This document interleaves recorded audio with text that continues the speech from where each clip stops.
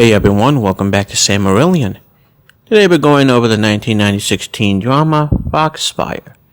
It stars a 20-year-old Angelina Jolie as a mysterious drifter named Legs Sadovsky. The film's based on a novel about a 1950s girl gang, but the setting was updated to the modern 1990s Pacific Northwest. It's a movie where 5 high school girls form a vigilante sisterhood, get matching tattoos, vandalize their school, and then decide to kidnap someone. All in the span of a few weeks. The story began ordinarily enough. Maddie is an artsy girl who rollerblades through school hallways, taking Polaroid photos, and she's just narrating in voiceover. And then on some rainy day, a stranger walks into biology class to dry off. This is Legs. She's wearing suspenders, a leather jacket, and she's got an aura that says, "No one will be left unmolested." Camera pans slowly up her body just in case you missed the point. Legs notices the biology teacher, Mr. Buttinger, harassing Rita, a shy girl he keeps after class for extra help. Oh my god, bro. Oh, hell no, man. What the fuck, man? Get your ass on. Legs confronts him. A group of girls back her up. They pin him down and expose him. The principal suspends the girls, not the teacher. I was gonna make a joke about zero tolerance policies here, but put yourself in the principal's shoes. What would you do if a gang of students jumped one of your teachers? But I digress. Now bonded by the injustice, the 5 girls, Maddie, Rita, Goldie, Violet, and Legs, decide to form a gang called Foxfire, with their home base being some abandoned house in the woods. They break into the school to retrieve part of Maddie's art school application, which her principal refused to let her retrieve before she got kicked out. And it's all going well until Goldie finds an unflattering photo of herself. So she does what anyone else would do while committing a crime. She pulls to the side to smoke a joint and ends up setting off the school's sprinkler system. The girls then frantically escape the school and evade the police and firemen. When they get back to the house, Lex decides to commemorate the night by giving herself a tattoo. This is the best part of the movie. Angelina Jolie takes her clothes off, and then the other girls all just start doing it too. Wait a minute, how old are they again? Come on! What? Oh. Ladies and gentlemen, we got him. FBI, open up! What the fuck?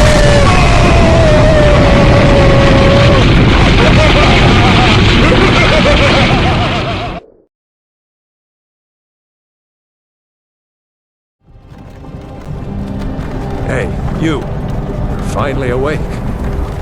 You were trying to cross the border, right?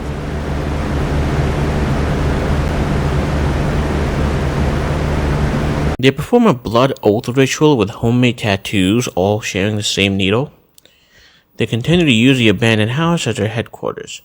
They dance to riot girl music, sing in the car, and declare independence from men, their parents, and society. And things escalate quickly. They confront abusive men, they steal a car for a joyride, and then they kidnap a guy. They abduct Rita's abusive father to teach him a lesson, and then they shoot him because they really didn't plan this all too well.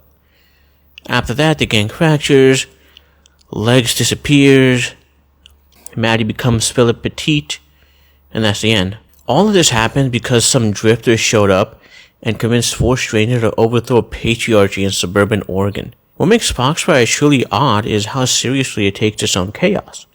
The girls aren't cartoonish rebels, they're presented as empowered, almost mythic if misguided. There's slow motion dancing in the rain, grunge music playing over emotional montages. It's a soundtrack full of L7 and Babes in Toyland. It's trying to be a gritty coming-of-age story, but it keeps veering into music video territory. Wong Kar-wai, eat your heart out. Angelina Jolie's Legs is the center of gravity. She's brooding, she's smirking, she's climbing bridges without safety gear. Everyone else orbits her like she's a cult leader who wandered in from a different movie. And the homoerotic tension is thick. Like they're kissing each other, they're staring at each other, they're sharing a bed in a squat house. It's nothing short of uncomfortable, even if the film never quite commits to it.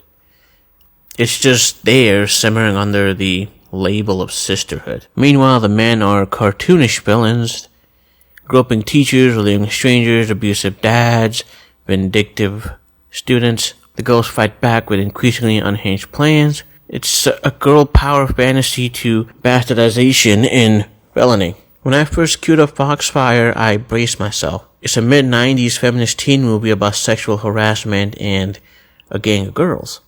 I thought this was going to be a lecture. Some anti-male manifesto blaming the entire sex for the sins of the creeps. As if education is the only reason crime doesn't happen. But it isn't. Surprisingly, the film refuses to politicize the issue in broad strokes. The harassment is real and harrowing, but the villains are specific. They're bad individuals, not men as a class. The girls' rebellion is personal, messy, and often self-destructive. They don't win some grand victory over patriarchy. They fall apart because of their own flaws, drugs, family trauma, and poor planning. Lex herself is no flawless hero. She's reckless and vanishes when things get hard. In the context of the story, Foxfire treats sexual assault as a human feeling, not as some sort of soapbox opportunity. There's no speeches about patriarchy or systemic rape. There's no tacked on moralizing. It's just 5 damaged kids trying to find their way. For a 1996 movie riding the right girl wave, that's refreshingly restrained. I'll give it credit for that. It bombed at the box office though.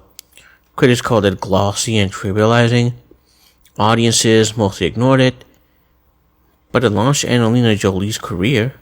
She steals every scene with this raw magnetism that hints at the star she'd become, though I doubt she needed a pad to launch off of, considering her dad is the enigmatic John Voight. It's also a time capsule. Pre-Columbine anxiety about teen rebellion, queer subtext that feels bold for mainstream-ish cinema, the fallout of woke culture failing in the early 90s and giving way to the epic mid to late 90s. Today it feels like a fever dream. It's too earnest to be camp and too ridiculous to be taken seriously. But in a world of polished teen dramas, its weird edges stand out. Girls forming a blood pact and kidnapping a dad at a misguided attempt to enforce their empowerment? You're not gonna find anything like that in Euphoria. Now, if you've never seen Foxfire, go ahead and watch it just for the curiosity factor. Just don't expect any hard logic. It's a movie about women, after all. Thanks for watching. What gem should I cover next? Drop it in the comments. Like, subscribe, buy me a coffee. Goodbye. So when Stupid girls sleep on the toilet. you get alright, but when I'm 40, everyone, I get native 1,000 alright. Wow. I see how it is.